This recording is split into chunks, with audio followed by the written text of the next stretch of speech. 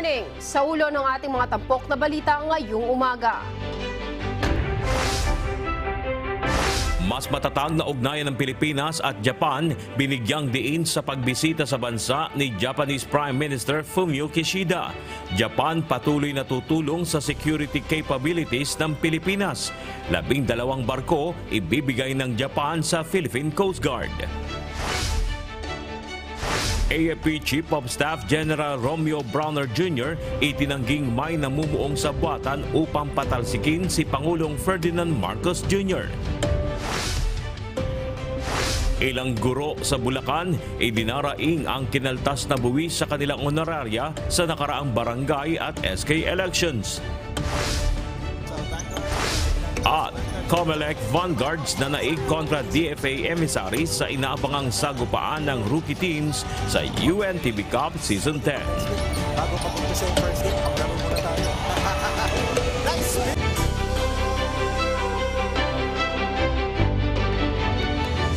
Una sa ating mga balita, binigyang diin ni Japanese Prime Minister Fumio Kishida ang mas maigting na ugnayan ngayon ng Pilipinas at Japan. Samantala, suportado naman ng congressional leaders ang isinusulong na Japan-Philippines Reciprocal Access Agreement. Narito ang ulat ni Rosa Licos. His Excellency Kishida Fumio, Prime Minister of Japan. Mas matatag ang ugnayan ngayon ng Pilipinas at Japan. Ito ang binigyang diin ni Japanese Prime Minister Fumio Kishida sa kanyang talumpati sa isang special joint session ng 19th Congress nitong Sabado, November 4. Si PM Kishida ang kauna-unahang Japanese Premier na nagbigay ng policy speech sa special joint session ng Kamara at Senado ng Pilipinas. Today, Japan-Philippine relationship have reached the point of being called a golden age. Exchanges between our two countries have deepened. And today, the relationship between Japan and the Philippines is stronger than ever. Nasa 67 taon na mula nang maitatag ang bilateral relations ng Pilipinas at Japan. Hanggang March 2024 naman, nasa 600 billion yen o 223.9 billion pesos ang halaga ng public-private assistance ng Tokyo para sa Manila. Ang Japan ang pinakamalaking donor ng Pilipinas at isa rin sa largest investor sa bansa. Isinusulong ni PM Kishida ang isang free and open Indo-Pacific. Kaakibat nito ang pagtatanggol sa kalayaan at rule of law. Underlying this plan is our determination to lead the international community toward cooperation rather than division and confrontation, and to defend freedom and the rule of law at all costs. Bahagi nito ang pagtulong ng Japan na mapalakas ang kapasidad ng Pilipinas sa pagbabantay ng seguridad nito, gaya ng pagkakaloob ng Japan ng 12 barko para sa Philippine Coast Guard. Bukod pa ito sa ibibigay na coastal surveillance radars ng Japan sa Philippine Navy. Kauna-unahang bansa ang Pilipinas na makikinabang sa katatatag na official security assistance ng Japan. Magsisimula na rin ang negosasyon sa pagitan ng dalawang bansa kaugnay ng Japan-Philippines Reciprocal Access Agreement, isang defense agreement. Japan intends to further deepen strategic cooperation with the Philippines in the future. We're very happy and tinutulak po natin yung Reciprocal Access Agreement. Yan ang parang VFA po ng Japan and the Philippines. Para sa ganun ay meron po tayong interoperability, cross-training ng ating Navy and Coast Guard sa kanilang Navy at Coast Guard because nakikita naman po natin ang tumutulong sa atin dito sa problema natin sa West Philippine Sea ay ang Estados Unidos at ang Japan. Kaya gagawin din natin yung dapat gawin din natin dito sa budget natin. Isusuportahan natin yung hindi lang yung Coast Guard pero yung Navy, yung Armed Forces at saka yung ibang mga departamento para ipapatibay talaga natin ang ating karapatan dito sa ating pambansang Pilipinas, lalo na dito sa KIG, sa Calayan Island Group at sa mga areas na sinasangkot ng China. Sa gitna naman ng nagpapatuloy na maritime disputes sa West Philippine Sea, iginiit ni PM Kishida na mahalaga ang pagkakaroon ng kooperasyon sa pagitan ng magkakaalyadong bansa, partikular na ang Japan, Estados Unidos at Pilipinas. Ito ay upang mapanatili anya at mapatatag ang isang free at open international order, bagay na pinalakpakan ng mga Pilipinong mambabatas. In the South China Sea, but trilateral cooperation to protect the freedom of the sea is underway. Through these efforts, let us protect the maritime order, which is governed by laws and rules, not by force.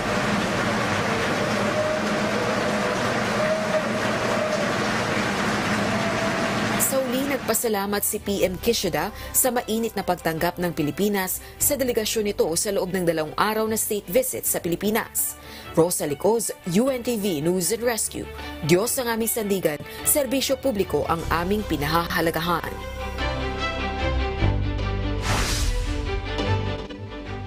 Bumisita rin sa Philippine Coast Guard Headquarters sa Maynila si Japanese Prime Minister Fumio Kishida nitong Sabado pagkatapos dumalo sa Special Joint Session sa Kongreso.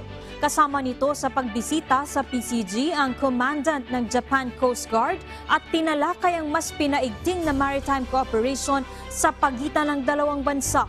Narito ang report ni Ryan Lacanlale. Pagkatapos ng talumpati sa Kamara nitong Sabado, dumalaw si Japan Prime Minister Fumio Kishida sa tanggapan ng Philippine Coast Guard sa Maynila. Sa hiwalay na oras, naunang bumisita si Japan Coast Guard Commandant Admiral Shohei Ishii sa PCG. Nagtungo rin sila sa isa sa 2 97-meter multi-role response vessel ng PCG na binili sa Japan, ang BRP Teresa Magbanwa. Sa pagpupulong sa pagitan ng Philippine Coast Guard at Japan Coast Guard, tinalakay ang maritime security sa rehiyon, pagbili ng mga karagdagang kagamitan at mga barko, at capability development. In broad strokes, because we share functions. So napag-usapan namin paano kami mag-cooperate, paano kami mag-aral ng sabay, upang mas lalo nating matulungan ang bawat isa sa rehiyon na maging stable ang ating mga karagdagan. Napag-usapan din na dalasan ang pagsasagawa ng trilateral exercise o ang kaagapay exercise sa pagitan ng Coast Guard ng Japan, US at Pilipinas. Kinilala ni Gaban ang suporta ng Japan sa PCG, gaya na lamang ng akwisisyon ng mga MRRB o multi-role response vessel na ginagamit ng PCG sa pagpapatrolya at iba pang maritime activities. Nagkasundo po kami na mas lalo naming paigtingin ang aming pagtutulungan bilang magkapitbahay na Coast Guard, bilang Coast Guard na magkaibigan at mayroong parehong adhikain, which is peace and stability. Sinabi ni Gaban na ang samahan ng PCG at JCG ay hindi lamang dalawang organisasyon na nagtutulungan, kundi ito ang tunay na kahulugan ng pagiging magkaibigan, partners at ally. Ang pagdalaw ng Japanese Prime Minister at Commandant ng JCG ay pagpapakita ng malakas na kooperasyon at relasyon ng Pilipinas at Japan. Nagpapasalamat din si Gaban sa pagbibigay ng oportunidad na makapag-aral ang mga opisyal ng PCG sa Japan. Ang Japanese government sa pamamagitan ng JICA at ng Japan Coast Guard ang siyang nagbibigay sa Philippine Coast Guard ng oportunidad upang mapaaral sa higher level ng edukasyon ng aming mga opisyal, pati na sa technical level na pag-aaral. Plano ng PCG na bumili pa ng 5 97-meter na barko sa Japan, ang 10 44-meter vessel at 2 97-meter MRRB na ginagamit ng PCG ngayon ay gawa sa bansang Japan. Ryan Lacanlale, UNTV News and Rescue. Diyos ang aming sandigan, serbisyo publiko ang aming pinahahalagahan. Itinanggi ni Armed Forces of the Philippines Chief of Staff General Romeo Brawner Jr. na may destabilization plot laban kay Pangulong Ferdinand Bongbong Marcos Jr. Aniya, taken out of context ang kanyang naging pahayag sa isang joint change of command ceremony sa Zamboanga City. Ang detalye sa ulat ni Rosa Licoz. Nagpapaalaala lamang si Armed Forces of the Philippines o AFP Chief of Staff General Romeo Brawner Jr. sa mga sundalong manatiling matapat sa saligang batas at sa responsibilidad na protektahan ng taong bayan at bansa. Subalit giit nito, wala siyang sinasabing mayroong planong destabilization o pagpapatalsik sa administrasyon ni Pangulong Bongbong Marcos. Dagdag pa ng opisyal, taken out of context siya sa kanyang naging pahayag sa isang joint change of command and chief of office ceremony ng Western Mindanao Command o Westmincom at Inspector General ng AFP sa Camp Don Basilio Navarro sa Zamboanga City araw ng Biyernes, November 3. Medyo it was taken out of context, no? Yung sinabi ko, I did not mention about destabilization plot, no? Kasi pag sinabi nating plot, parang plano na ito na i-execute na lang, no? Anya, noong September 21 o martial law anniversary rallies, may mga ginawa umanong panawagan ang iilang retired military officials na sumali sa mga movement laban sa pamahalaan. May mga rallies na nangyari noong September 21. Ito po yung nakita natin, no? At during that time, may mga panawagan sa ating mga sundalo na sumama sa mga rallies na ito. So kaya't yun po yung konteksto nung sinabi ko that dapat ang mga sundalo should not join these kinds of activities. Wala po akong sinabi na merong destabilization plot.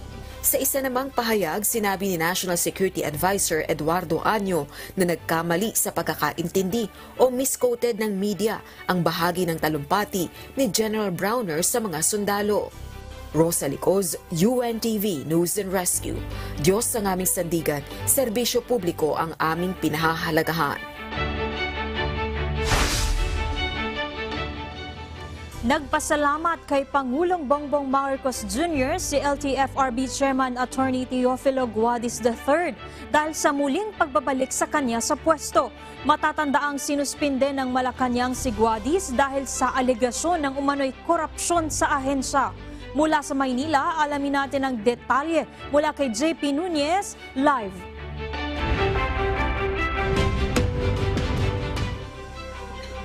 JP, good morning. May sinabi na ba si LTFRB Chairman Guadis kung magbabalik opisina na siya ngayong araw? Celine, dahil nga lifted na yung preventive suspension kay Attorney Teofilo Guadis III, ay inaabangan natin na siya ay babalik na sa kanyang opisina ngayong araw. Pero sa ngayon, wala pa siyang binigay na pahayag kung babalik na siya sa mismong central office ng LTFRB. At nakikipag-ugnayan pa tayo sa communications team ng LTFRB kung magsasagawa din ng press conference ngayong araw sakaling nang magbalik opisina na si Attorney Teofilo Guadis III. Sa mensaheng ang ipinadala ni LTFRB Chairman Teofilo Guadis III sa media, pinasalamatan nito si Pangulong Bongbong Marcos Jr. dahil muli siyang ibinalik at pinagkatiwalaan bilang chairperson ng ahensya. Nangako ito na maglilingkod na may integridad, transparency at magiging efficient para pangunahan ang LTFRB.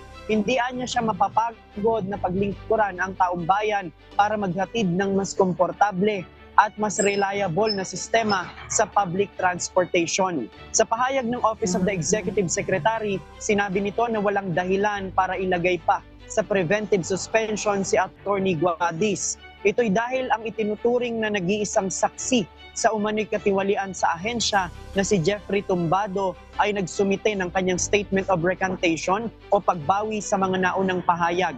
Matatandaang si Tumbado ang nagsiwalat ng umano'y bentahan ng ruta sa LTFRB. Pero noong pagdinig sa mababang kapulungan ng Kongreso, sinabi naman nito na wala siyang ebidensya laban sa paratang na involved umano si Chairman Guadis sa katiwalian. Celine, mamaya ay susubukan din nating makakuha ng panayam doon naman sa mga transport group na noong nailagay sa preventive suspension si Attorney Guadis ay sila naman yung nagpapatunay na wala o hindi involved si Chairman dun sa mga katiwalian. Yan muna ang ating latest live. Balik sa'yo, Celine. Maraming salamat, JP Nunez. Alamin naman natin ang sitwasyon ng trapiko sa North Luzon Expressway mula kay Nestor Torres, live mula sa Bocaue Toll Plaza.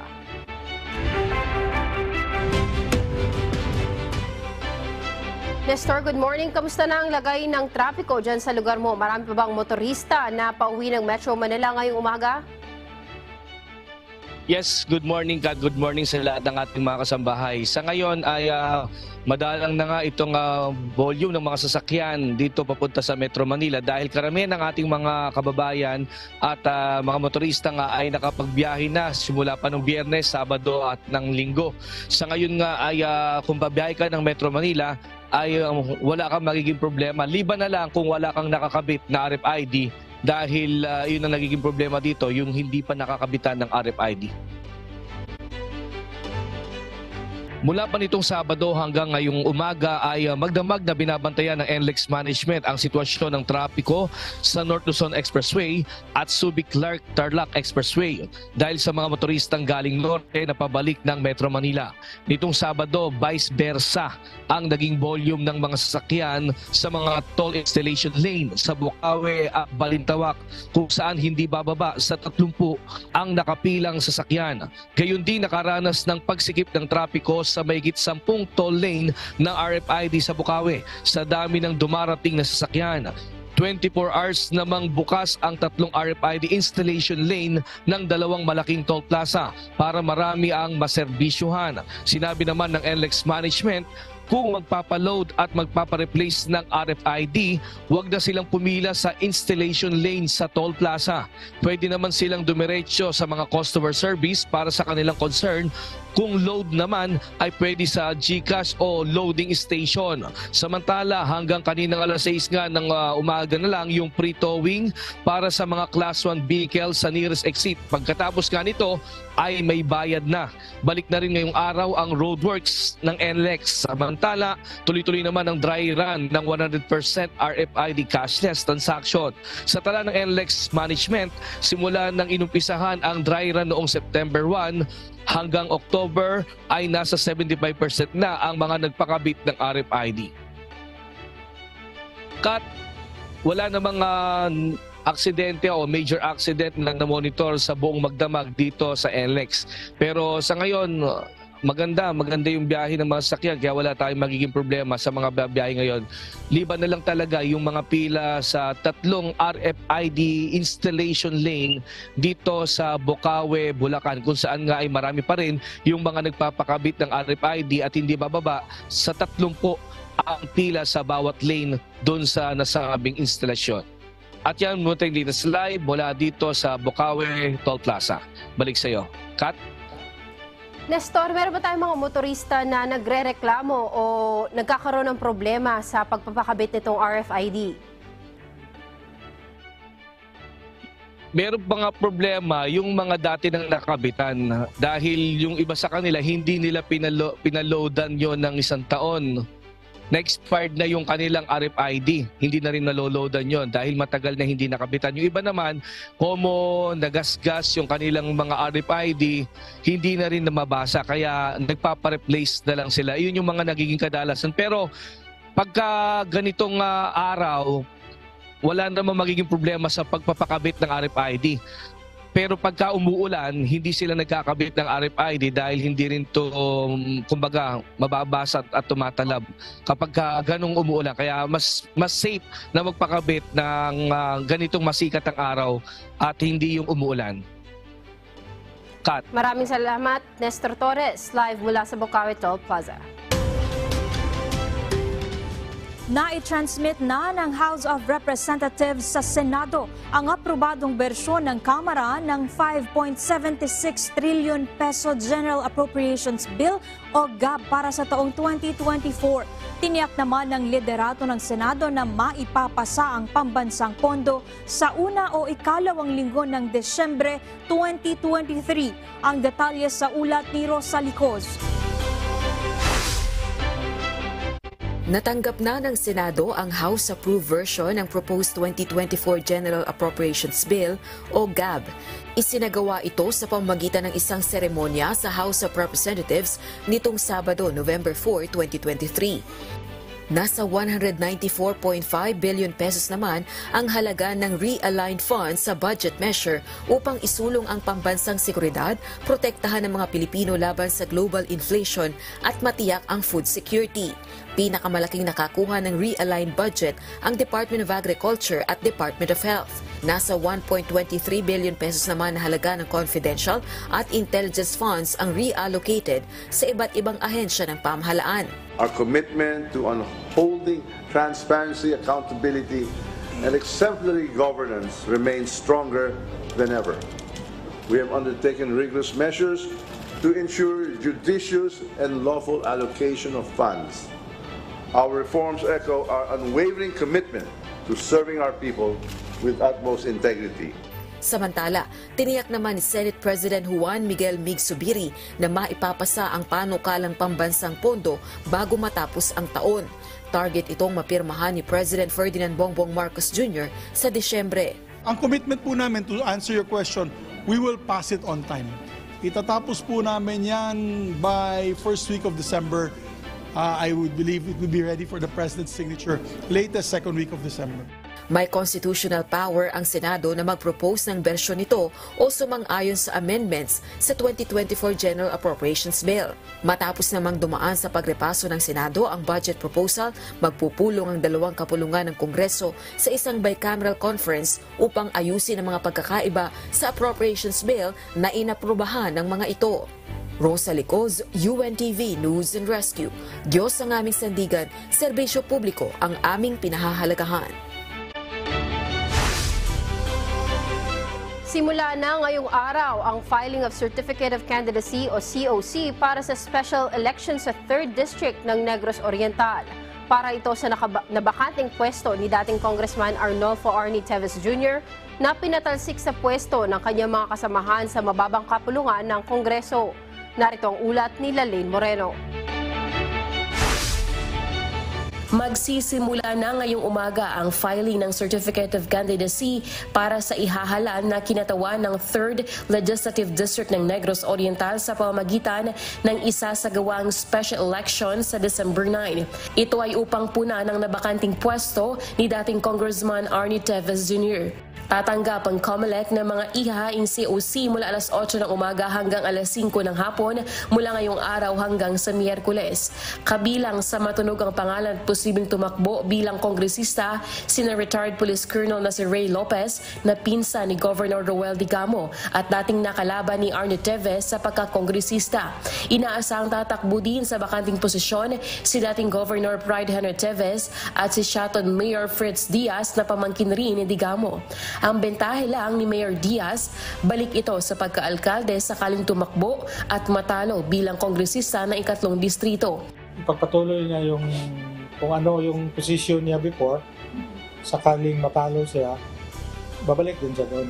Pinag-iisipan pa ng Commission on Elections kung isa sa ilalim si COMELEC Control ang 3 distrito ng probinsya kaugnay ng idaraos na special election. Samantala, batay sa kalendaryo na inilabas ng COMELEC, 29 na araw ang campaign period o mula November 9 hanggang December 7, 2023. December 8 to 9 ang campaign at liquor ban. December 9 ang araw ng eleksyon at January 8 ang huling araw ng filing ng SOSE. Lalaine Moreno, UNTV News and Rescue. Diyos ang aming sandigan, serbisyo publiko ang aming pinahahalagahan. Ilang guro sa Bulacan ang dumaraing dahil sa kinaltas na buwis sa kanilang honoraria sa pagsisilbi sa nakaraang barangay at Sangguniang Kabataan Elections o BSKE. Dati nang sinabi ng Commission on Elections o COMELEC na hindi exempted sa Value Added Tax o VAT ang honoraria para sa mga guro. Narito ang report ni Nestor Torres. Naipamahagi na sa karamihang mga guro sa Bulacan ang kanilang honoraria o kabayaran sa kanilang pagsisilbi sa nakaraang barangay at Sangguniang Kabataan Elections o BSKE at plebisito. Sa Malolos, inabot ng 11 oras ang distribusyon ng honoraria ng mga guro. Nagsimula ng alas 3 ng hapon ng Sabado at tumagal ng hanggang alas 2 ng madaling araw ng Linggo sa dami at haba ng pila. Batay sa direktiba ng COMELEC, ang isang chairperson ng Electoral Board ay makatatanggap ng 10,000 pesos. Ang Electoral Board o EB members at ang poll clerk o third member ay makatatanggap ng 9,000 pesos. Bukod pa ang dagdag na 2,000 pesos para naman sa plebisito. Ayon kay Marian Angeles na nagsilbing Electoral Board Chairperson ng Santa Isabel Elementary School, nanghihinayang siya dahil binawasan ng 15% VAT ang kanilang honoraria. Ang dapat sana ay hindi ito ginawa dahil pinagpaguran at pinagpuyatan nila ng gusto ang nakaraang eleksyon kasama ng overtime na wala namang bayad. Kung pwede po sana. Wala na po sana buo naman ko naman. Kasi malaking batay kay Kulong back sa mga bakos. A 50% po siguro ni 1 to 5. 8-5 na lang.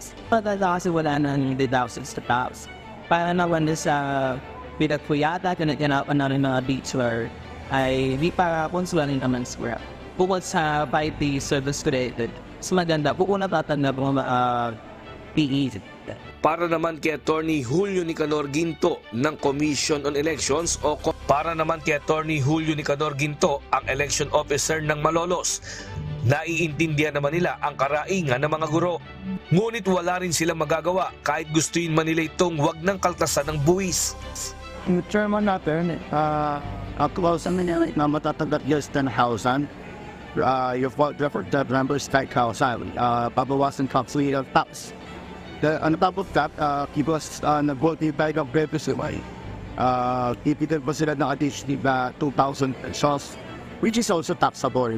Samantala, nasa 14 million pesos ang halaga ng honoraria sa Malolos pa lang na binayad sa mga guro sa BSKE at Plebiscito. Desor Torres, UNTV News and Rescue.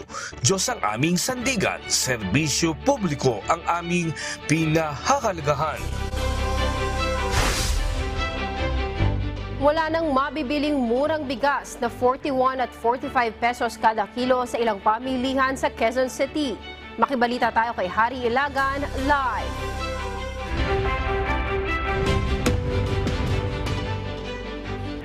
Good morning, Hari. Magkano na ba ang pinakamurang bigas ngayon dyan sa Mega Q-Mart at sa ilang pang palengke sa Quezon City?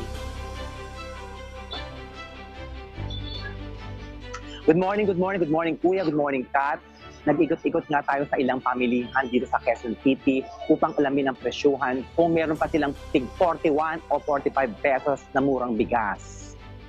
Ayon sa mga nagtitinda ng bigas, simula pa noong nakaraang linggo, naubos na ang kanilang mga murang bigas sa ngayon, tulad ng 41 na regular well-milled rice at 45 na well-milled rice.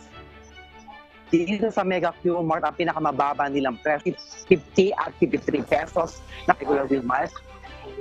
Regular well-milled rice at 41 pesos kada kilo. Ang kanilang local premium rice grain ay naglalaro sa 50 pesos, 52, 55 at 57 pesos kada kilo. Ang kanilang special rice naman ay naglalaro sa 60 pesos na kada kilo. Ang kanilang Japanese rice ay 65 pesos na kada kilo.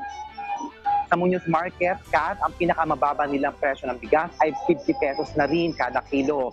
Ito yung kanilang regular at well-milled rice. Ang kanilang premium rice ay naglalaro naman sa 50, 51, 52 at 53 pesos. Ang kanilang special rice ay may 56 pesos at 56 pesos kada kilo. Samantala sa Balintawak Market, Kat, wala na rin silang tinitindang tig 45 at 41 pesos. Ang kanilang premium grade rice ay naglalaro sa 50 at 53 pesos. Ang kanilang premium grade rice na imported ay 54 pesos naman. Samantala ang kanilang special rice na local ay naglalaro sa 58 at 59 pesos kada kilo. Ang kanilang special rice na imported ay naglalaro naman sa 60 pesos. Sa pag-ikot-ikot nga natin sa ilang pamilihan dito sa Quezon City, kanina umaga sa Balintawak Market at saka sa Muñoz. Dito naman ngayong umaga na dito na tayo ngayon sa Mega Q-Mart kung saan wala na talagang tig 41 at 45 pesos na murang bigas dito, Kat. Hari, ano naman ang sinabi ng mga nagtitinda natin dyan, ng mga retailer natin ng bigas? Ano ba yung main reason or yung dahilan kung bakit ba nagtaas na naman ang presyo ng bigas? Oo, Kat. Kanina nga sa pag-ikot-ikot natin, ayon sa mga nagtitinda, Nung nakaraang linggo pa sila walang tindang bigas kasi naubos na nga itong tig 45 pesos. Actually, yung 41 pesos, matagal na panahon na daw nawala.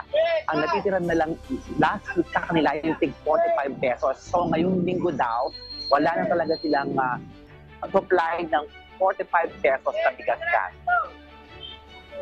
Yung mga mamimili naman natin dyan, ano ba yung sinabi nila sa presyo ng bigas? Meron ba silang komento tungkol sa naging pagtaas ng presyo ng bigas muli?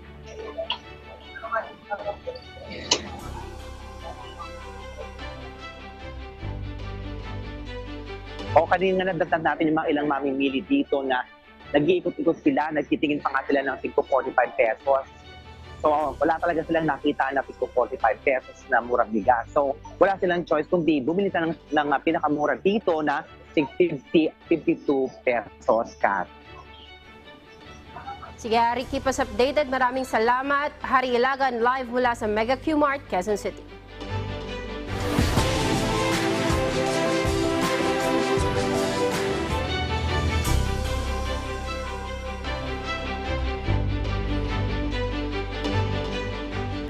Lilimitahan na ng pamahalaan ng Canada ang bilang ng mga nabibigyan ng permanent residency sa kanilang bansa at i-stabilize o ipako ang bilang nito sa mga susunod na taon.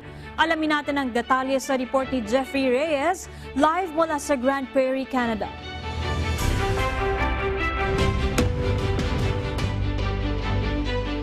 Jeffrey, good morning. Gaano karami ang magiging limitasyon sa bilang ng permanent resident dyan sa Canada at kailan ito ipatutupad?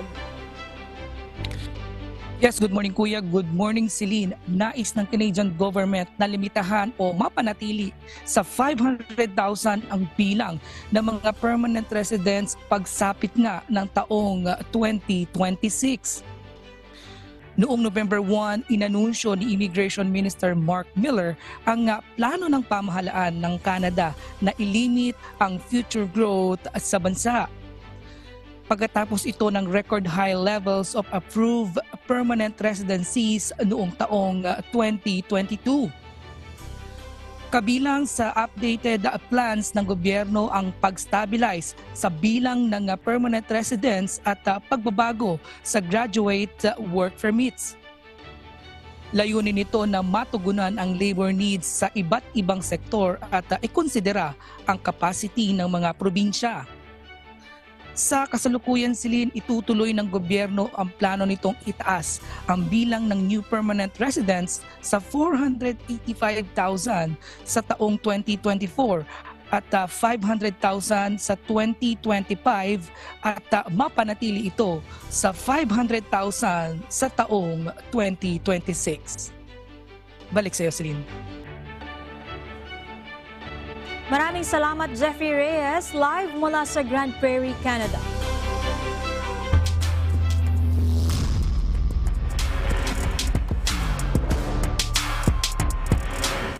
Nagkaharap na sa kanilang kauna-unahang laro ang dalawang rookie team sa UNTV Cup Season 10, ang Comelec Vanguards at DFA Emissaries. Pinataob ng Comelec ang DFA at tinapos ang laro na may malaking kalamangan. Nabigo naman sa kanilang unang laro ang returning team na DOJ Beacons. Narito ang report ni Gladys Tawabi.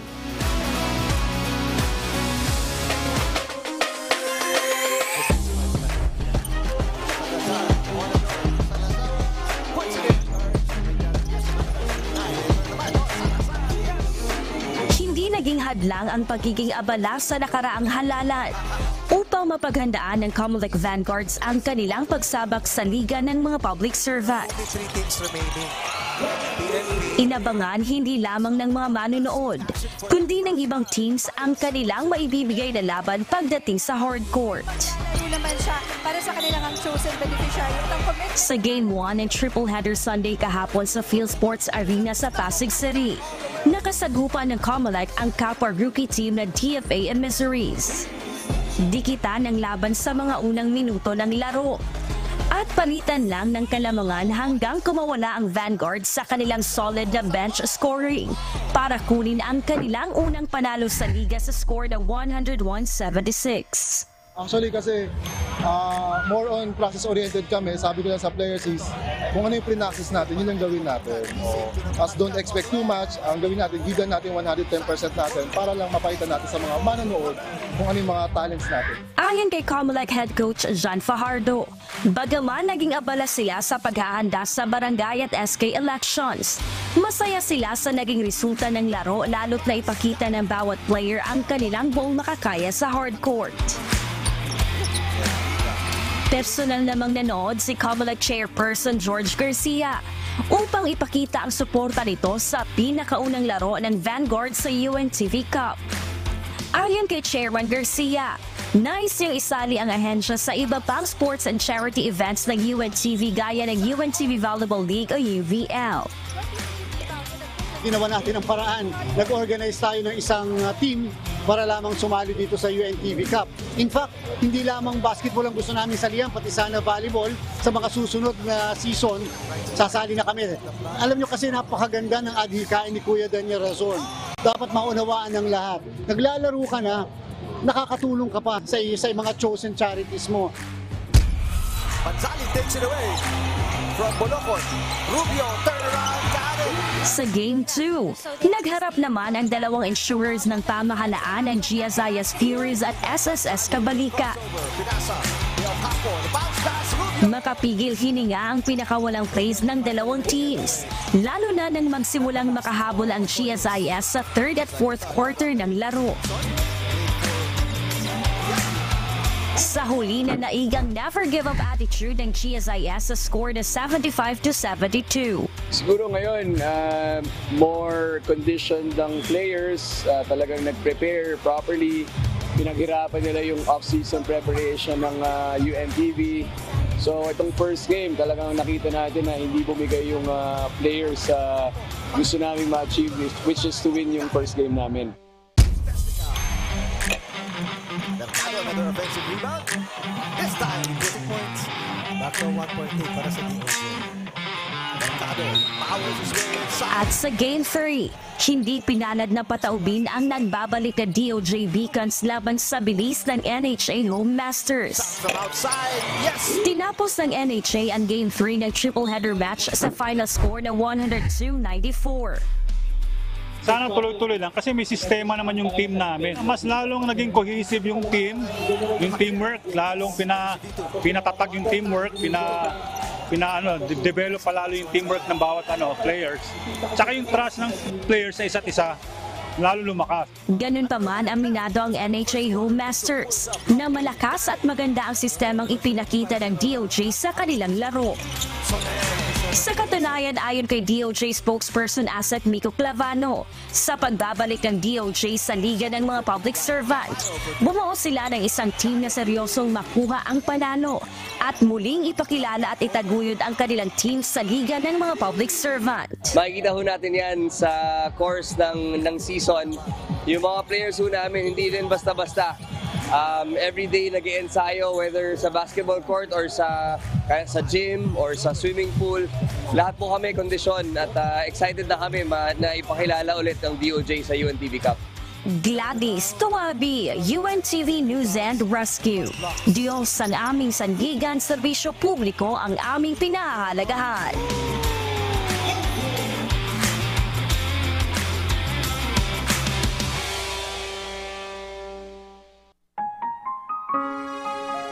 At sa ating iiwang mga salita ng Diyos na ating sandigan.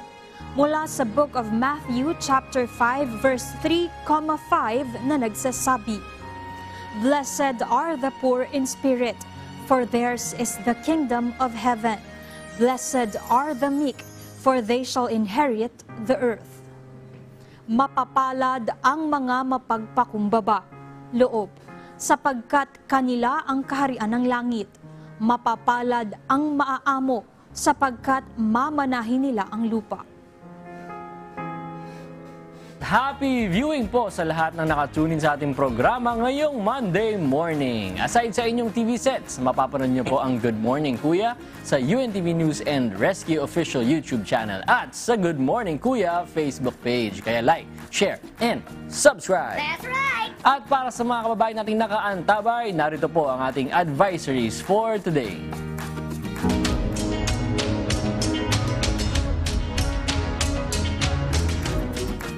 Unahin natin itong good news para sa ating mga kasambahay na motorista. Magpapatupad po ng rollback sa presyo ng mga produktong petrolyo ang mga kumpanya ng langis ngayong linggo. Sa pagtaya ng oil industry players, 90 centavos to 1 peso and 20 centavos ang mababawas sa presyo ng kada litro ng diesel. Habang 30 hanggang 60 sentimos naman ang inaasahang matatapyas sa presyo ng bawat litro ng gasolina. Samantala, ang presyo naman ng kerosene ay inaasahang magro-rollback ng 80 sentimos hanggang piso. Magdiwang ang sambayan ng Pilipinas. Good news. Pwede na tayo mag-outing sa Thursday. Ano pa lang to, piso pa lang yung rollback nito. Pwede na. Okay na, masaya na ako dyan. Pero hindi pa kasi ako nakakapag-bultang simula nung mga nagkaroon ng Bukas mga pwede ano. na. Ang tipid Buti na lang. Rollback. Hindi kasi ako umalis. Hindi, Sa bahay lang. motor ka, di ba? Hindi na ako maalis ng bahay. Mahal ang gasolina nung nakaraan. Pero ngayon, pwede na tayo umalis. Thursday hanggang Monday na tayo babalik. Okay? Kapag sabi mo. Taon yun. Kaya na naman tayo sa mga drawing na. Siyempre, kwentuhan lang yun. Oo naman, ayaw mo Akala ko, muntik na ako maniwala. Pero okay na rin yan kung ikukumpara natin sa mga kasunod na mga buwan, no? Yung mga recently na months na kumbaga ang dami ding kumbaga pag-angat ng presyo. Kaya at least ito malaking bagay, no? Piso. Saka sunod-sunod. As in talaga pa, 1 peso, tapos susunod 1 peso ulit. Hindi siya yung pasenta-centavos lang na pagtaas, malaki talaga yung mga pagtaas nung nakaraan. Kaya good news yan, kahit papaano yung makapag-rollback tayo. Tapos bumawi na talaga yung iba kasi yung last week medyo, di ba, ang daming mga umalis. Yung iba naman ngayon sila bumabawi, ngayon sila mag-leave. Kasi hindi sila sasabay dun sa mga nung nakaraang linggo. Sila naman daw ngayon. Sana all. Diba? Sana all pwede. Sana all. Pero dito naman tayo sa ating water service advisory. Ang hatid ko naman sa inyo mula sa Manila Water. Makakaranas po ng water service interruption ng ilang residente sa Quezon City at lalawigan ng Rizal. Bunsod po yan ng isasagawang line maintenance. Narito po ang mga apektadong lugar: Barangay Central at Barangay Project 6 sa Quezon City mula po mamayang alas 9 ng gabi hanggang bukas ng alas 2 ng madaling araw. Sa Barangay Santa Ana, Taytay Rizal mula mamayang 10 p.m. hanggang bukas ng 4 a.m. Barangay Pinyahan naman at Bagong Pag-asa at Barangay Vasra sa Quezon City mula mamayang alas 10 ng gabi hanggang bukas ng alas 2 ng madaling araw. Sa Barangay Sacred Heart din ng Quezon City mula mamayang 9 p.m. hanggang 4 a.m. bukas. At Barangay Mayamot sa Antipolo Rizal mula mamayang 10 p.m. hanggang bukas ng alas 4 ng madaling araw. Pinapayuhan ng mga apektadong residente na paghandaan ang pansamantalang pagkawala ng supply ng tubig. Though yung oras naman niya is medyo, yan yung mga time na tulog tayo, ganyan, hindi naman tayo masyadong gumagamit ng ating mga tubig. Buti na lang, kasi gabi hanggang madaling araw. Pero still, mag-ipon pa rin tayo. Actually, ngayon nga, napapansin ko sa mga kabayan, hindi na kailangan ng water advisory, yung advisory galing sa mga Maynilad or Manila Water bago sila mag-ipon. Meron na talagang nakaimbak. Kasi madalas daw na pagkakataon, hindi nag-a-advisory. Talagang biglaan na lang na wala silang tubig. So maganda nga, mas maganda yung gano'n, na talagang prepared tayo. Pero wag lang natin iimbak ng matagal kasi dapat gagagamit din natin, palit-palitan natin. Pero ngayon ba, since dito kayo nakatira na sa Quezon City, mahina ba yung tulo ng tubig sa mga sobrang lakas sa amin. May mga lugar. Depende sa lugar. May mga lugar na maganda yung pressure. May mga lugar din na mahina. Pero QC pa rin naman. Hindi ko lang alam kung ba't. Siguro sa location din. Naguguluhan ako kasi yung mga kapitbahay namin, as in katabi ng bahay namin, minsan walang tubig, sa amin meron. Talaga? Siguro, oo, kasi siguro yung, ewan ko nga, nagugulat Lubos kami. pinagpala kayo Siguro, na. Nakasagay kayo ng tubig. Mag-share daw kayo. Siguro kasi sobrang tagal na nung bahay namin. Kasi 2001, tas iba siguro yung kinukonekta ng tubig namin, hindi ko alam. Pero yung mga kapitbahay namin minsan, walang tubig, tas kami meron. Pwede pala kayo magbenta ng tubig. Oo, ganun. Wag mo na ibenta kasi Kasi bigay mo na lang. Oo, hindi naman ganun. Dadayo pa tayo kay Latini para makinig ng tubig. Nagtatanong kami sa mga kapitbahay, bakit wala kayong tubig? Tapos sa amin, ang lakas pa. Tapos nilalakasan pa nila, ba't wala kayong tubig? Ginaganon po. Hindi naman, pero may mga ganun talaga. Nagdidilig pa. Ba't wala kayong tubig? Kasi minsan may mga nire-repair naman, tapos hindi tayo aware. Pero minsan maganda rin sa amin kasi tinetext kami kapag may reminder na. Sa inyo din, Di ba, may SMS, may tinetext na, may water interruption ngayong oras, kaya ganun. Yan, may maganda may mga reminder tayo. Totoo. Siyempre, water necessity yan. Pero ito naman, abiso naman mula sa Pasay City Public Information Office. Ipapamahagi po ngayong buwan ng lokal na pamahalaan ang financial assistance para sa mga mag-aaral sa lungsod for the month of April to June 2023. Narito po ang petsa at paaralan kung saan gaganapin ang distribusyon ng financial aid. Ngayong araw, November 6 sa Maricaban Elementary School. Bukas naman po, November 7 sa Pasay City North High School, MDC at SPED. November 8 naman po sa Kalayaan National High School. November 9 sa Rafael Palma Elementary School. At sa November 10 naman po, gaganapin ito sa Apelo Cruz Elementary School. Para sa iba pang impormasyon, i-check lamang ang kanilang official Facebook page na @LGU Pasay PIO. Ayan, para sa mga taga-Pasay po, no, na under sila, yung schools nila is under ng LGU Pasay. Ito po, check po natin yung mga schools na nakapost po sa official Facebook page, again, ng LGU Pasay PIO. Kasi ang ganda rin itong financial assistance, no, kasi may mga, actually, naalala nga ako na sa isang social media post na isa rin sa mga hindrance nila kung bakit hindi sila makapag-aaral is yun nga, walang pamasahe, which is may mga schools naman tayo na libre ang tuition fee, pero dahil sa simpleng pamasahe is hindi sila makapunta sa eskwelahan. Kaya malaking tulong to sa mga taga-Pasay, no, Pasay na schools under ng Pasay na meron silang financial assistance at least man. Malaking tulong para sa baon, pambili ng project. Kasi akala natin kapag free na yung tuition, wala ka nang paproblemahin. Pero madami pa rin. Kakain ka sa school, bibili ka ng papel, notebook, tapos may project pa, ganyan. Marami din talagang gasto. Hindi naman katulad ng dati yung bilihin natin ngayon. Nagtataasa na rin sila. Dati nakakabili ako yung isang pad, 10 piso. Diba? Yung may mga ganun. Ngayon hindi ka na makakabili ng ganun. Medyo nagtaas na rin sila. Kahit lapis School supplies. Dati sa 7, ngayon may gis na ang mga pencil. Kaya talagang mabigat na rin para dun sa ating mga kababayan na walang masyadong inaasahan. Yes. At kung good news po yan mga kasangbahay, dagdagan natin ang good news para sa mga Pasayenyo. Inaanyayahan po kayong lumahok sa gaganaping job fair bukas. November 7, mula alas 9 ng umaga hanggang alas 3 po yan ng hapon. Gaganapin ito sa room 310, 3rd floor ng Pasay City Hall. Mahigit 5,000 job vacancies ang naghihintay sa mga Pasayenyong naghahanap ng trabaho. Pinapayuhan ang mga interesadong aplikante na magdala ng updated resume at sariling ballpen.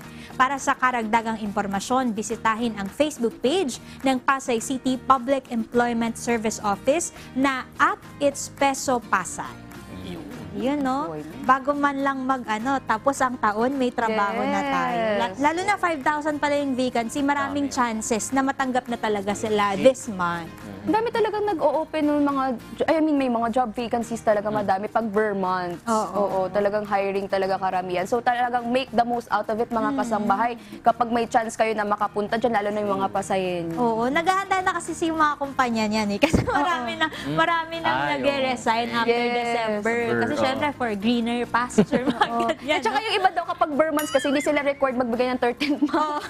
Kaya dun sila, hindi ka required na magbigay ng 13th month kapag kakapasok lang ng employee ng mga Vermont. Pero kapag 1 month ka na sa kumpanya, mabibigyan ka pa rin ng kapiranggot na. At may bonus. At least meron, may dagdag. Mararamdaman mo pa rin. Ayan, para naman dun sa trabaho alert pa rin tayo, no? Para naman to sa mga taga Quezon City na naghahanap ng trabaho. Dahil magsasagawa po ng Peso Caravan ang Quezon City Public Employment Service Office o QC Peso. Katuwang po dyan ang District 3 Action Office. Sa mga gusto pong mag-apply ng trabaho, magtungo lamang po kayo sa SM Araneta City, Cubao sa November 10. Araw po yan ng Biyernes mula alas 10 ng umaga. Huwag pong kalimutang dalhin ang inyong resume or biodata at iba pang credentials. Para sa iba pang detalye, maaari ninyong i-check ang kanilang official Facebook page na @Quezon City Peso.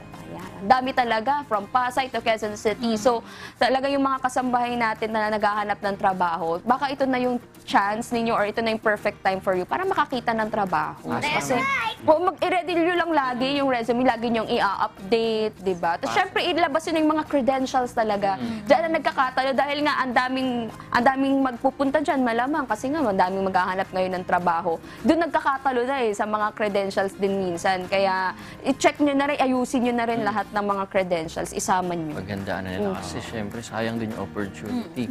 Although maganda rin magpasa tayo. May mga may mga websites, 'di ba, na pwede kang magpasa din ng mga resume mo para kumbaga more chances of winning kapag ka nag-a-apply ka ng trabaho. Tsaka maganda tailor-made yung mga resume natin sa ina-applyan nating trabaho.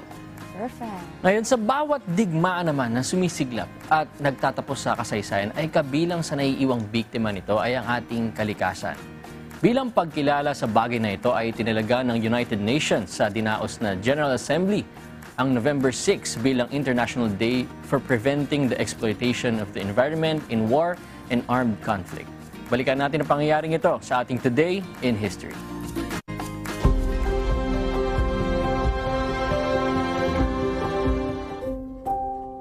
November 6, 2001. Sa araw na ito, unang isinagawa ang International Day for Preventing the Exploitation of the Environment in War and Armed Conflict. Ayon sa United Nations, sa tuwing may nagaganap na digmaan ay itinatala ang mga namatay, mga nasusugatang sundalo at mga sibilyan at maging mga lusod na nawasak at mga kabuhayang nawala. Ngunit bukod tanging hindi na ilalathala ay ang lawak ng epekto nito sa ating kalikasan. At kabilang sa itinuturing ng United Nations na biktima ng digmaan ay ang maraming balon na nakontamina, mga pananim na nasunog, mga nakalbong kagubatan, mga lupang nalason at mga hayop na pinagpapatay upang maging adbentahe sa labanan. Bukod dito ay nadiskubre ng United Nations Environment Program na sa nakalipas na 60 taon, nasa 40% ng lahat ng internal conflicts ay may kaugnayan sa exploitation ng natural resources, mapa high-value resources na kinabibilangan ng timber, diamonds, gold at oil, o maging sa scarce resources gaya ng fertile land at tubig. Dahil sa bagay na ito ay gumawa ng hakbang ang United Nations at noong November 5, 2001 sa idinaos na UN General Assembly ay idineklara ang November 6 bilang International Day for Preventing the Exploitation of the Environment in War and Armed Conflict. At noong May 27, 2016 ay inadopt ng United Nations Environment Assembly ang isang resolusyon na kumikilala sa ginagampanang bahagi ng healthy ecosystems at sustainably managed resources upang mabawasan ang panganib ng armed conflict at digmaan.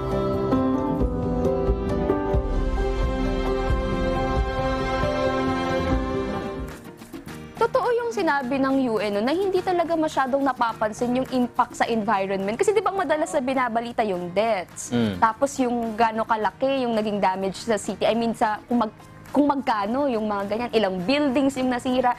Pero yung sa environment nga natin, parang hindi masyado daw nabibigyan nga ng kumbaga ng importansya or ng data. So parang tayo nawawalang bahala natin.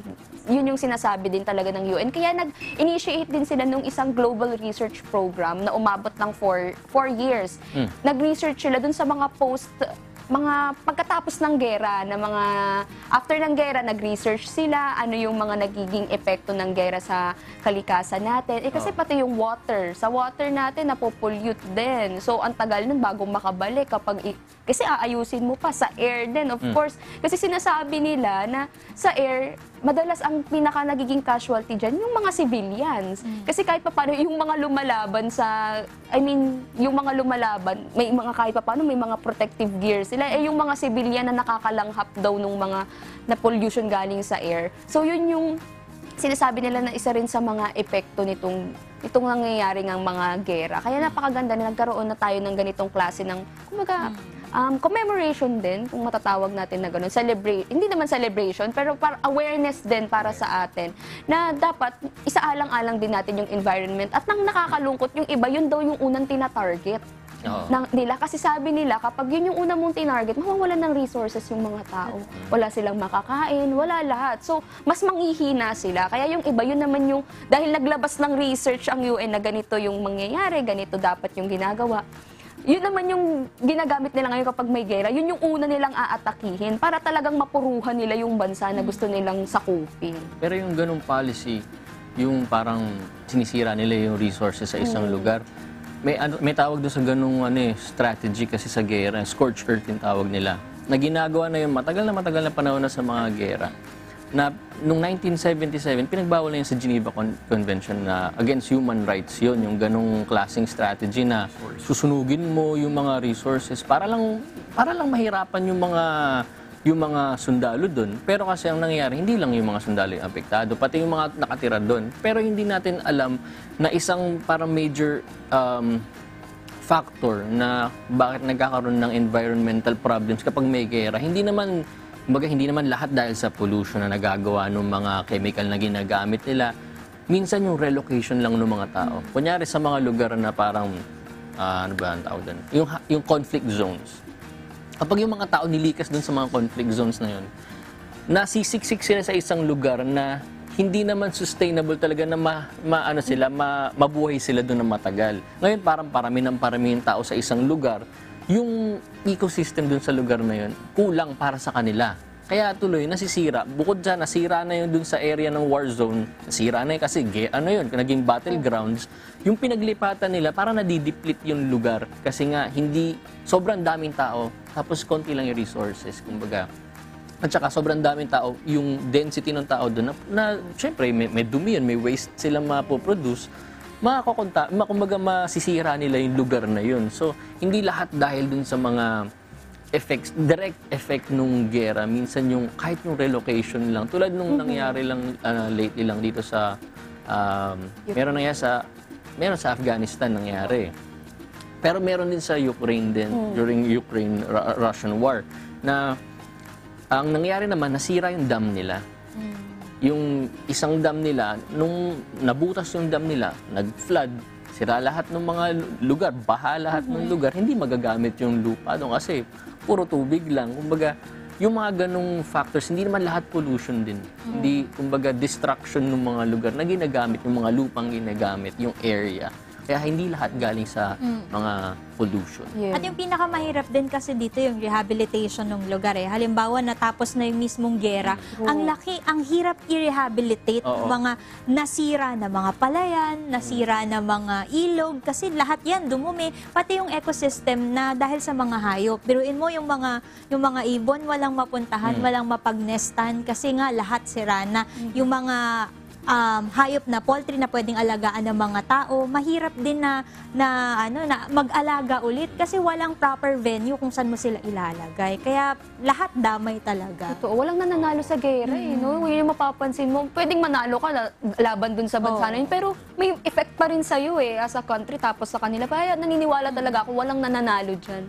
Walang panalo sa mga gera. Saka ang gandang reminder din to, internationally, na katulad nga nung after nga itong incident na to, na nagkaroon ng mga laws or mga international laws na para maprotektahan natin yung environment, na it's a international collaboration, na para hindi lang kumbaga after ng gera what na. Kumbaga dapat meron din tayo mga responsibility after ng war. Katulad nga itong pag-alaga natin, di ba, sa environment natin. At isa pa dapat sa inaalagaan din natin, sinasabi nila, is yung asawa natin.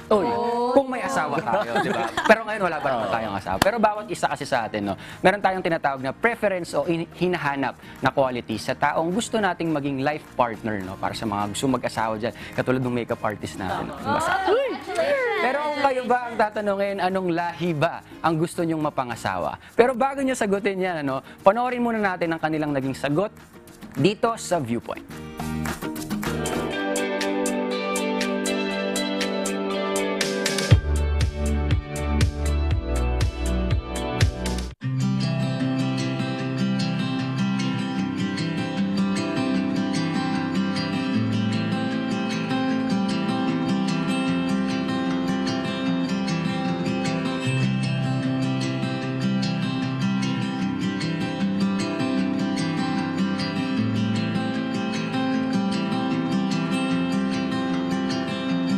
I think po, saka po Pilipino na po. Kasi you have the same values po na na-instill. So parang maintindihan niyo po yung isa't isa. And when it comes to traditions din po. So magiging easy po yung relationship and communication din po. Yan.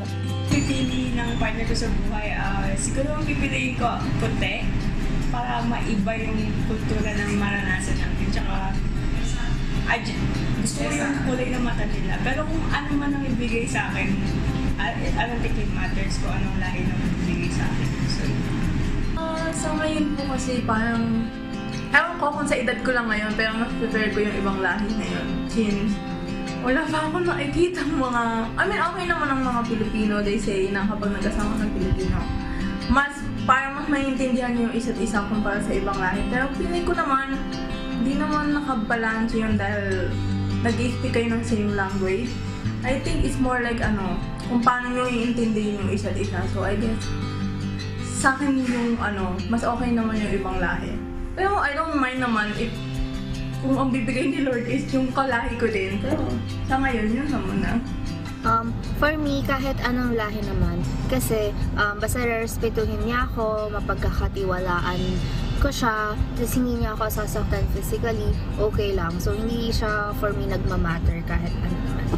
Prefer ko po yung Pilipino kasi iba po yung pareho kayong nakasayayan, nakagisnan po na kultura. Mas magigets nyo po yung isa't isa at dun po sa lingwahe malaking bagay po yun. Mas mako-communicate nyo po yung point nyo po o yung nararamdaman nyo po sa bawat isa. Nothing has ever mattered to me like that as long as they're nice to me. No preference po. Kung ano lang ibigay ni Lord, tatanggapin ko po. Thank you po. Kung ako maghanap ng mga kasama ko sa buhay, it doesn't matter kung saan lahi siya nanggaling o anong nation pa siya nanggaling. As long as we deeply love each other at siya ay bigay ng Diyos at nagkakaunawaan po kami. Kasi kung hindi kami nagkakaunawaan, hindi kami nagmamahalan, mawawalang kabuluhan yung aming pagsasama sa pagtagal ng panahon, sa paglipas ng panahon.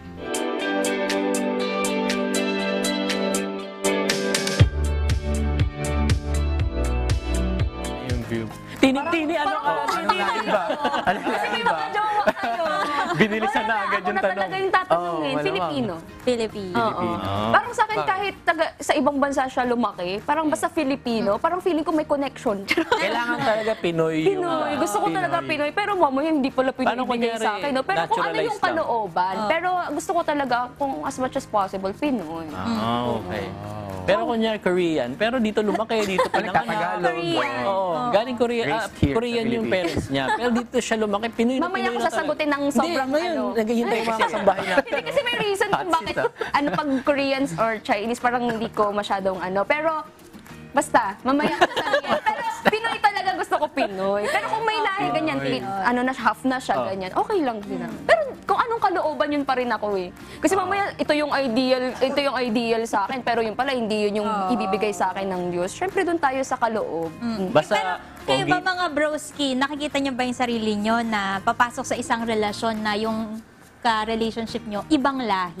Nakikita niyo ba yung self niya na gano'n? Ako nga, parang nung iniisip ko, kung yung lahi lang, wala namang problema eh. Kung kunyari, sa Pilipinas lumaki, tapos hindi naman siya pure Filipino. Halimbawa, American or American. Pero dito siya lumaki. Parang wala akong issue dun.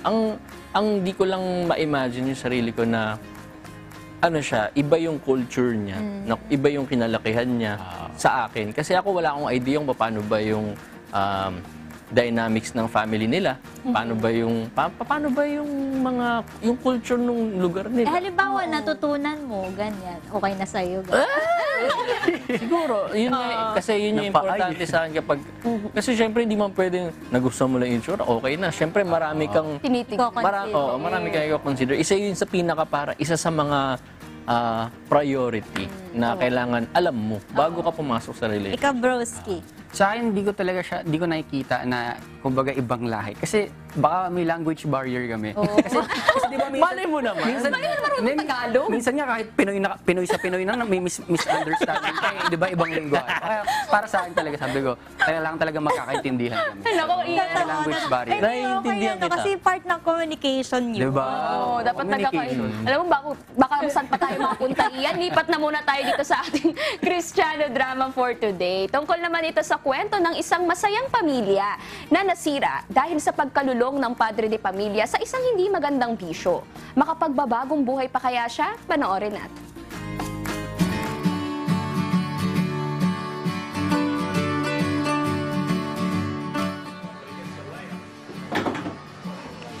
Sinasakay dudut, Jigbibon, behind the back, step back, at the block with daddy, turn around, and shot, 3-point. Dad, ito talaga kita eh. Oo, tama na yung paglalaro. Kakain na tayo. May pasok pa yung bata. Dad, may presentation nga pala kami. Kailangan po namin gumawa ng poem. At kailangan po namin galing yung subject. Kailangan mo ba ng tulong? May title ka na ba sa presentation mo? Ay, hindi na, Dad. Ano naman, siyempre, ang title po namin ay My Hero. My Hero, okay. Ang kailangan nyo na pong gawin ay pumunta. Ilan ba ako ma-absent sa presentation mo na? Tara na. Kain na tayo.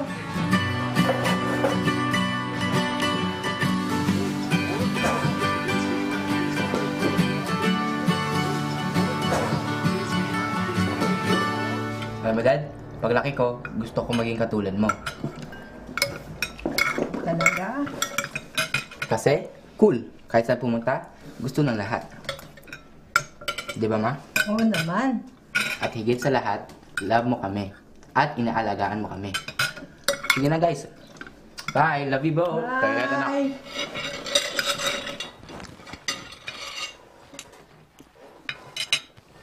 O, paano? Mag na ako. Mag-apply pa ako ng trabaho.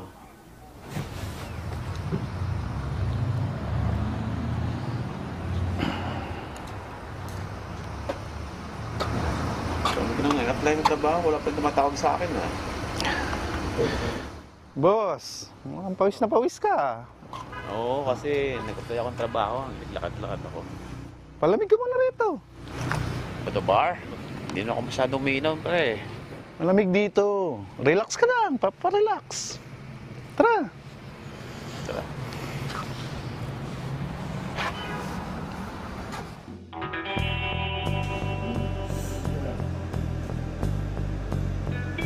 Boss, ka.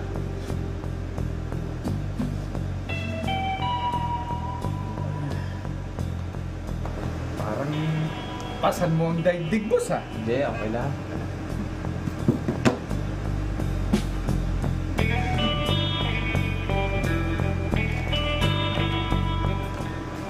Drinks on the house, boss. Ang sagot sa iyong problema.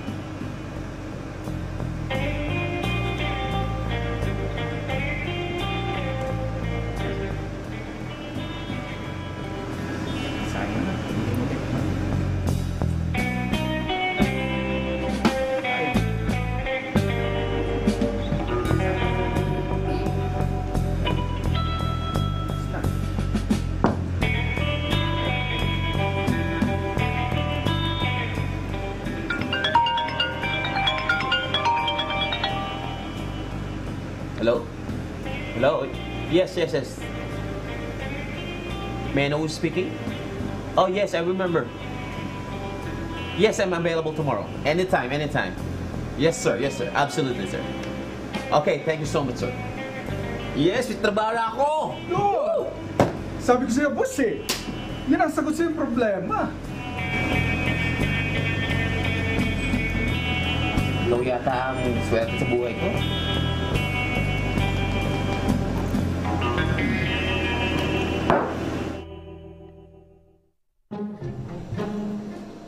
Boss, balita! Ayos ba? Bagay ba? Uy, congressman, napadala ka yata. Kaya, kamusta, pare? Ayos lang, pare. Boss, bagay na bagay. Papansin ko sa'yo, boss. Ilang buwan ka pa lang dyan sa kumpanya, pero parang ikaw nang tagapagmana. Yan talaga. Diskarte nila sa buhay, pare. Anong sa'yo, boss? May usual. Miss diba? Kaya, Hello? Hello, babes? Oo, darating ako. Dumaan lang ako kay Bob. Oo, hintayin mo ako. Sige, makakasabay ako sa inyo sa dinner, okay? Okay, bye. I love you. Boss, whiskey. Thank you, pare. Cheers muna tayo para sa trabaho. Cheers! Pare, Edwin. Pare, sandali. Oh, Dan, kumusta? Ayos lang, pare. Kumusta? Ako, yun naman. Pare, yayain sana kita uminom kasi nakikita ko na yung promotion ko sa trabaho ko, pare. Inom? Di mabuti yan, Dan. Bisa lang to, Diyos. Tara na, magbigyan pa na ako. Alam mo, diyan nagsisimula yan sa paminsan-minsan hanggang sa malugmo ka na. Kaya huwag mo na umpisahan. Ikaw bahala, pero kung magbago man isip mo, tawagan mo ako. Alam mo naman number ko, di ba?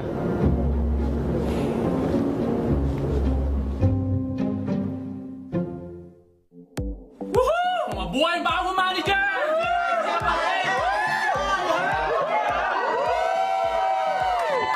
Teka, dahil dyan, sagot ko na lahat ng drinks, sky's the limit, walang uuwing hindi lasing!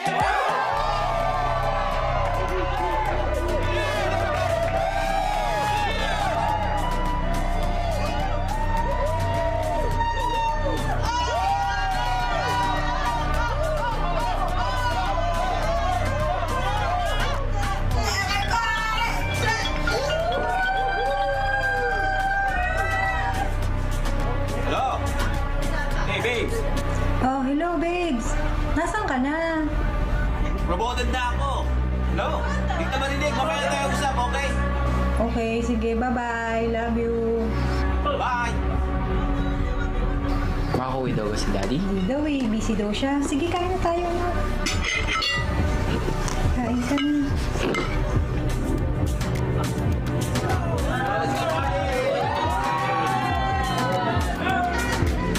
Kasi meeting ko yung mga managers ngayon. Eh, mukhang late ka na. Oo nga, pare. Napadami kasi inom namin kagabi, pero medyo naman. Tsaka okay lang niya. Manager naman ako eh. Tol, mag-iingat ka. Baka napaliligaw ka na dyan sa alak na yan. Eh, naapektuhan na yung pagtrabaho mo. Diyan sa mga pag-iinom mo. Friendly advice, don't go that route. Okay lang yan. Kayang-kaya ko yan. Tara na, may meeting pa ako. Yes, sir. Yes, sir. Don't worry, sir. I will finish this presentation on time. Just give me some time, okay? Yes, sir. I need that presentation, so stop. Yes, sir. I will. Don't worry. Okay. Bye.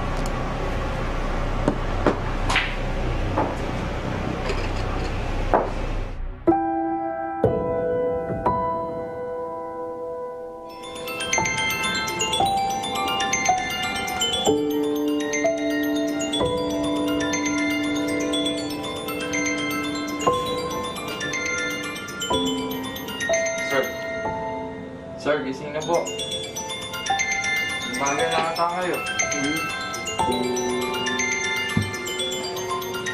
Ba naman to si Bob? Thank you pa. Hello? Hello? Ron, nasa ka na ba? Hello? Presentation na ng anak mo. Nangako ka sa bata. Hindi ka naman ganyan dati. Hello? Hello?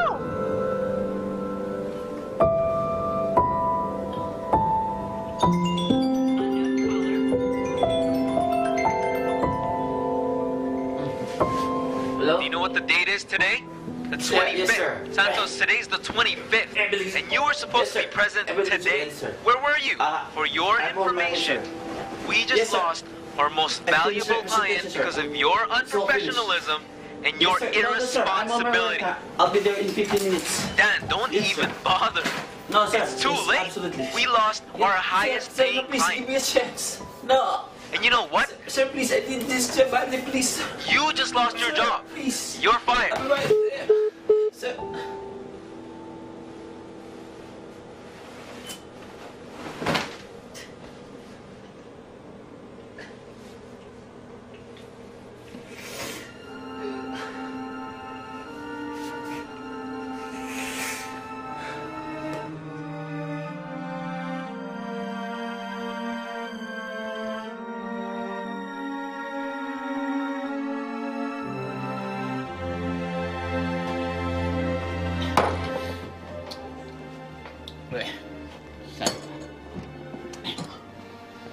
Boss, parang nakakarami ka na.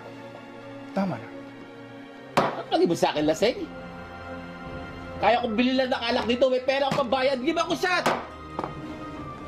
Boss, tawag na kita ng taxi. Para magpahinga ka na. Taxi? Patuloy mo sa akin, di ba mag-drive? Ha? Hindi ba mo alak? Please! Pare, alak! Alak ko alak! Hindi ba mo alak? Hindi ba mo alak? Alak, pare! Kailangan ko na alak ngayon! Hey! You have enough. Kuha ko alak! Alak pa! Kaya kong bayaran niya! Alak, pare! Pare, alak! Please, ma'am! Alak ang kailangan ko yun. Alak, ma'am! Ma'am! Alak ang kailangan ko. Bigyan mo ako ng alak. Hindi ako lasing. Kailangan ko alak. Tawag na kita ng taxi. Ang tawag taxi? Ako kulit mo! Ako kulit mo! Ha? Hindi ako lasing! Pwede ba akong pakilaman? Alak pa, bigyan mo ako alak! Alak pa! Tama na. Alak pa sa akin! Gusto na tawag ka ng taxi! Huwag mo pakilaman! Huwag mo pakilaman! Huwag mo pakilaman! Huwag mo alak! Hindi kita na alak! Buwan taxi mo! Baka muna kaya kayo! Sa akin lang kayo kumikita! Ako lang ang customer nyo, ha? Dad! Babes! Babes! Chad! Sandali! Sandali! Sandali! Babe! Baby!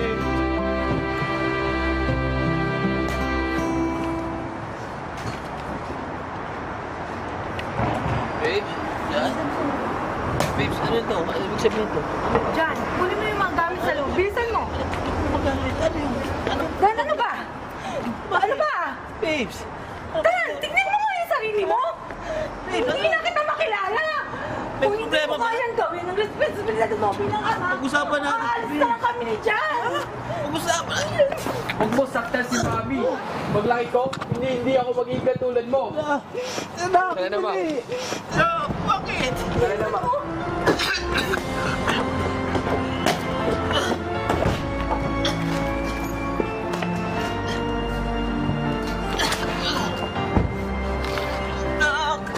Babe!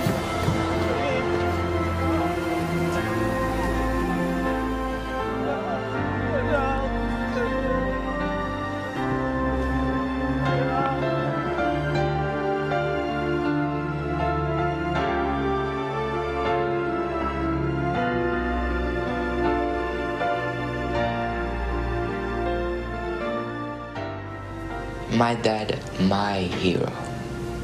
You are a superhero to me, the person that I really want to be. I love how you teach me how to shoot a basketball and catch me every time I ride my bike and fall. My childhood memories are sweet and full of so much laughter and adventures for sure. You inspire me to do what is right and good. I am proud of you in all that you do. Remember that, because in my heart, you will forever hold true.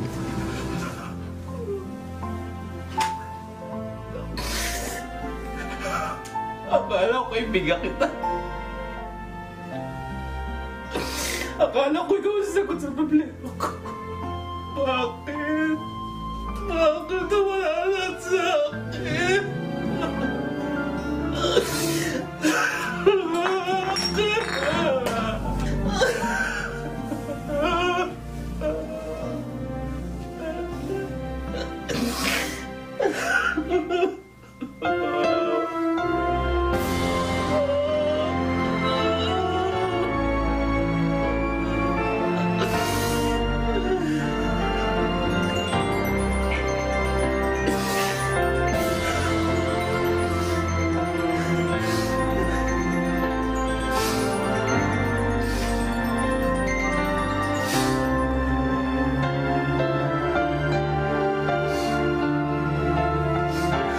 Hello, Dan?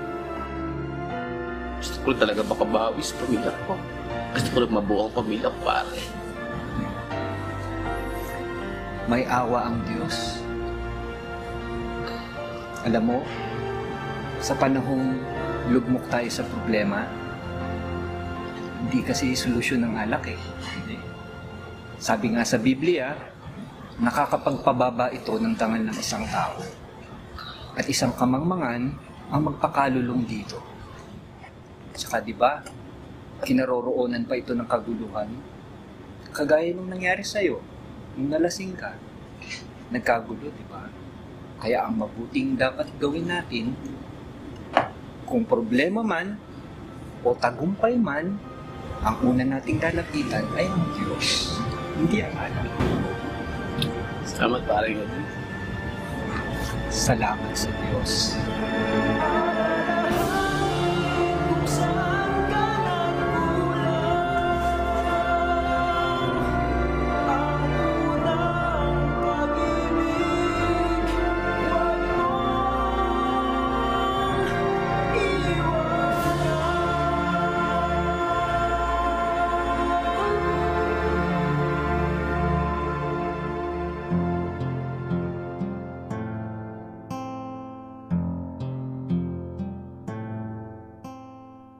At huwag kayong magsipaglasing ng alak na kinaroroonan ng kaguluhan, kundi kayo'y mga puspos ng Espiritu. Efeso 5:18. Ang alak ay manunuya, ang matapang na alak ay manggugulo, at sino mang napaliligaw sa kanya ay hindi pantas. Kawikaan 20:1.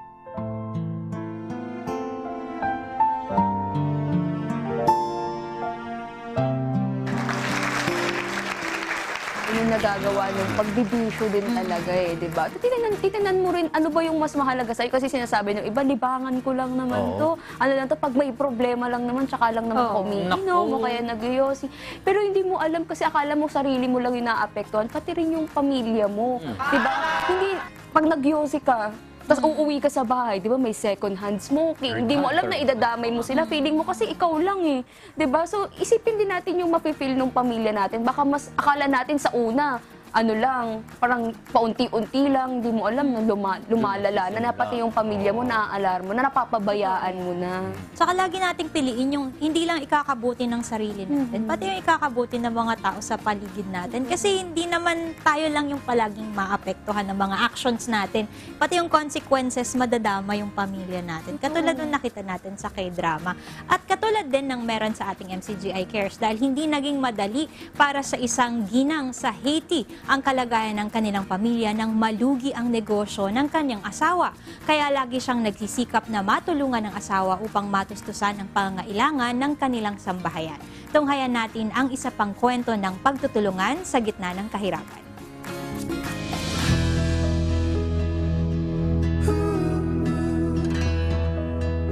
Merci Jésus, merci bon Dieu, vous m'aidez famille.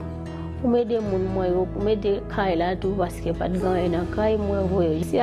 Merci pour membre de l'église de Dieu international qui te voye aide ça.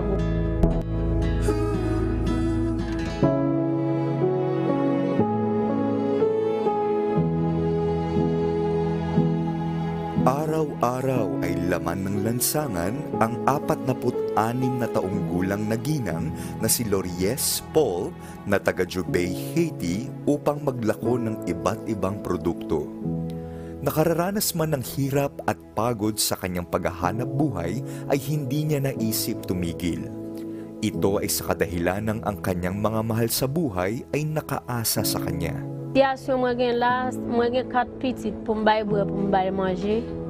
Ang kanyang asawa na si Lacroix Sergo na isang negosyante ay tuluyan nang nawalan ng pagkakakitaan nang ito ay malugi. Marim de qu'on a vendre livre, qu'on y a là tout bas livre yo, tout viré. L'école yo viré, qu'on y a vinn ba vendre livre yo encore. Livre yo ba jamais vendre. Tumindi ang naging suliranin ng mag-asawa dahil ito ay nakadagdag pa sa alalahanin nila sa pag-aaral ng kanilang 4 na anak. Balisa sila sa pagpuno ng kakulangan sa pambayad ng matrikula.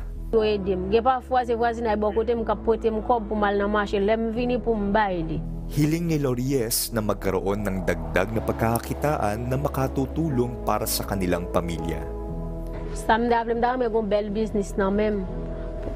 pour me d'avoir gros, pour me d'avoir poids, d'huile, l'huile, pour me d'acheter sac sic, pour me l'avoir en gros, en détail, d'avoir l'autre charbon, pour me vivre avec petit mounio parce que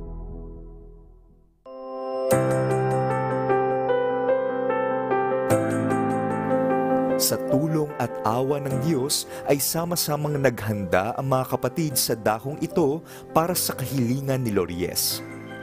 Bukod dito ay pinagkalooban din ang kanilang pamilya na dagdag na grocery items mula sa MCGI Free Store Haiti branch. Merci Jésus, merci bon Dieu pour m'aider famille, pour m'aider mon moyo, pour m'aider Kaila tout parce que pas de grand et na Kai moi voyage. Si ça a continué, papa demander mon Dieu pour l'église là toujours fonctionner moi-même pour toujours là pour faire mon cadeau.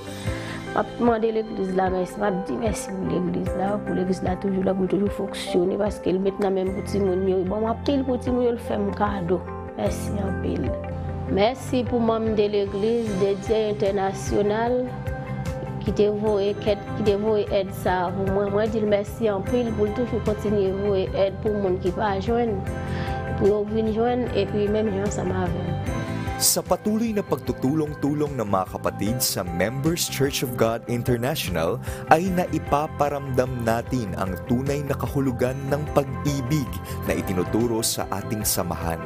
Ito ay ang pag-ibig na may kalakip na mabubuting paggawa. Sa Diyos ang lahat ng karangalan at kapurihan, magpakailanman.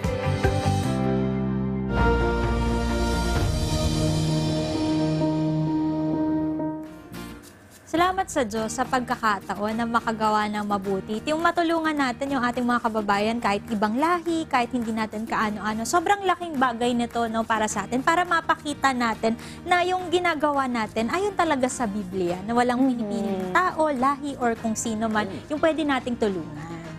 We practice what we preach. Oh. Yeah, salamat sa Diyos no, sa mga ganyang tulungan natin sa MCGI Cares.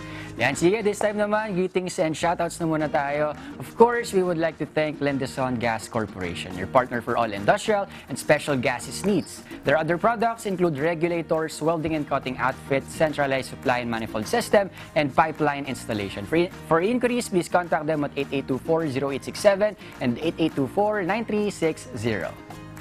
Naman natin ng happy birthday to Tercio de Jesus. Happy birthday! And of course, Dr. Joseph Lee would like to thank Genesis Organic Spirulina. Para laging malusog, masigla at malakas ang buong family, mag-Genesis Organic Spirulina.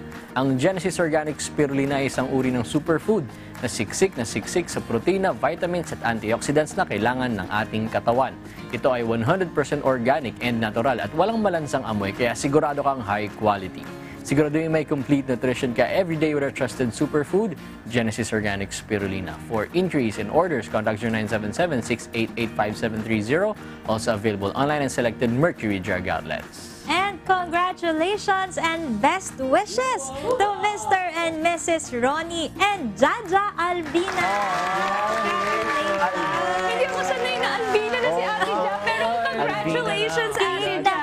Pati sa profile picture ni Ate Jada, ang laki ng ngiti. Congratulations! And of course, we would like to thank Clary's Flower Shop, surprisingly beautiful. For your flower needs and requirements, order at Clary's Flower Shop through their Facebook page or at 0917-867-7477. Clary's Flower Shop is located at 0461 Sampaguita Street, Barangay Biclatan, General Trias City, Cavite. We would also like to thank Adlaon Optical. Visit their branches in Baliwag, Bulacan, at Super 8 Warehouse and beside Kong Pancho. We also have a branch at Aliw Complex Calvario, Maykawayan City.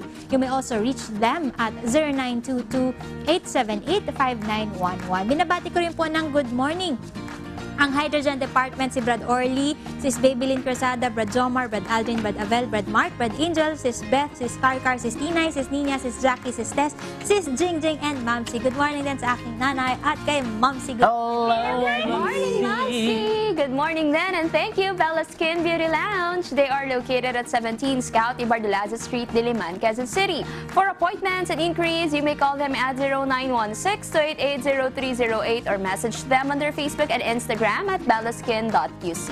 Thank you po, Ms. Ann Cruz, and to all the staff of their QC branch. Stop wishing you had great skin and get it. Relax and let Bella Skin Beauty Lounge take care of your skin. Good morning, mga kasambahay. Maraming salamat po ulit sa lahat ng mga nanood sa atin simula kaina sa ating Rise and Shine segment with Kuya Daniel. Bukas magkita-kita tayo muli, God willing, dito lamang sa Good Morning, Kuya!